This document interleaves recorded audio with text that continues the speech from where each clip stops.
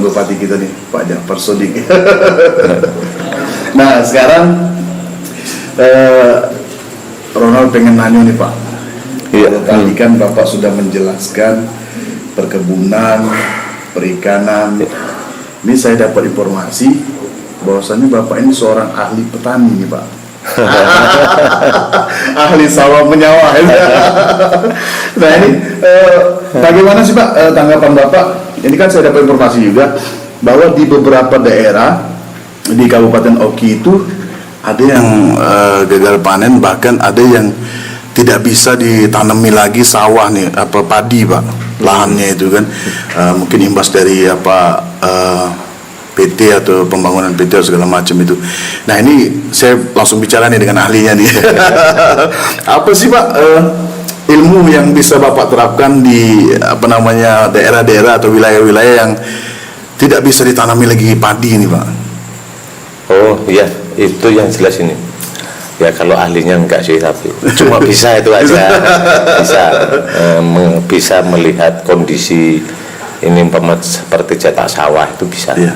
Karena saya sendiri cetak sawah pun itu saya alami setelah saya jadi wakil bupati. Karena apa? Saya tahu begitu saya kalau lewat tol ini, begitu ini kan itu banyak itu rawa-rawa ini. Nah, ini rawa-rawa ini kalau dicetak sawah bisa apa enggak? Saya mencoba. Kebetulan saya juga di daerah Mesuji di Sodong sana itu ada tanah-tanah rawa. Sedangkan di situ kan sebenarnya ini ya, itu Tuhan sudah menentukan ini, alam ini sudah ditentukan untuk membuat keseimbangan. Kalau itu rawa ya jangan ditanami sawit ataupun ditanami karet, karena itu Allah sudah menciptakan keseimbangan alam. Dan keseimbangan alam ini makanya di situ, di sana ada juga ya saya biasa nanam sawit, nanam karet. Yang sawah itu saya buat cetak sawah. Memang itu saya cetak sawah itu justru membuat contoh dengan masyarakat, karena masyarakat sekarang itu susah Mas, diperintah aja membuat sawah itu susah. Tapi kalau kita sudah jalani dulu memberi contoh, alhamdulillah. Teman juga udah panen berapa kali saya membuat sawah itu. Jadi semada peras. Makanya itulah terus timbul dalam pemikiran saya, wah ini berarti untuk cetak sawah bagus juga ini. Sesuai dengan, kalau ini sekarang sesuai dengan program pusat yang begitu kenceng mau tentang pangan, lumbung pangannya harus kita giatkan. Artinya apa? Feeling saya dari awal, begitu belum ramenya untuk cetak-cetak sawah, justru saya sudah mencetak 3 tahun yang lalu. Alhamdulillah ini udah mulai baik. Berarti benar-benar visioner nih Pak ya.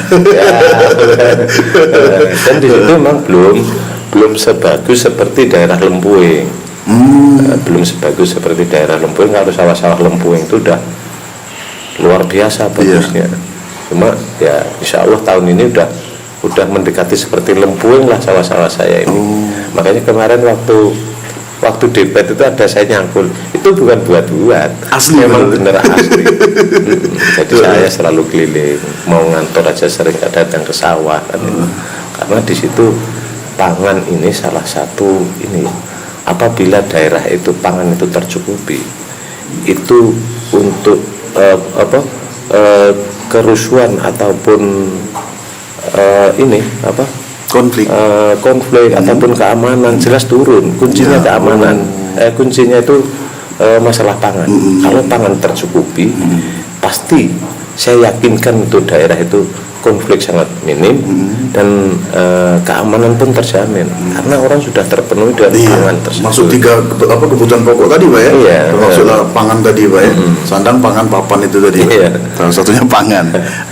Makanya kalau kita sambungkan lagi dengan ini ya, dengan yang tadi sempat cerita tentang BUMDes, kalau kita sambungkan di situ, memang waktu saya nyampaikan dan teman-teman kepala desa itu, Pak kalau Lempuing gimana? Lempuing saya yang mayoritas petani sawah, apakah bisa juga itu dibuat seperti melalui BUMDes? Oh bisa itu melalui seperti BUMDes bisa. Karena BUMDes itu otomatis ya saya tahu persis Mas. Begitu masyarakat panen itu truk itu udah standby.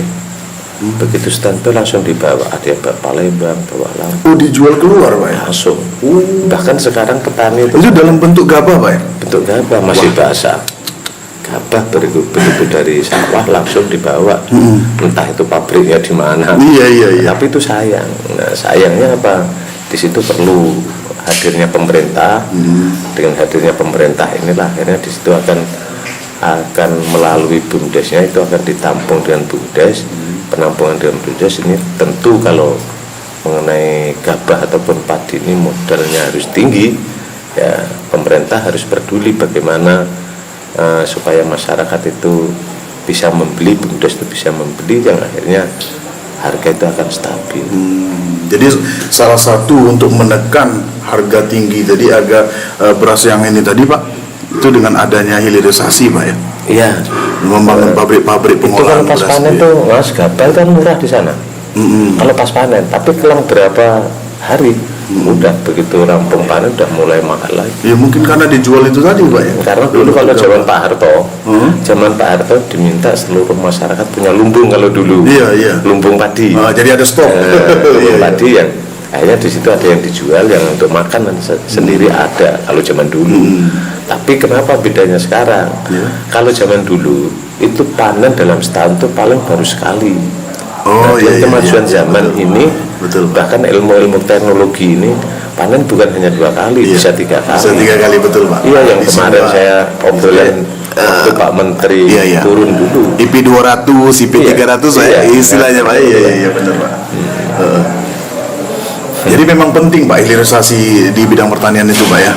Itu terutama untuk menekan itu tadi ya. Sangat penting. Penting Pak.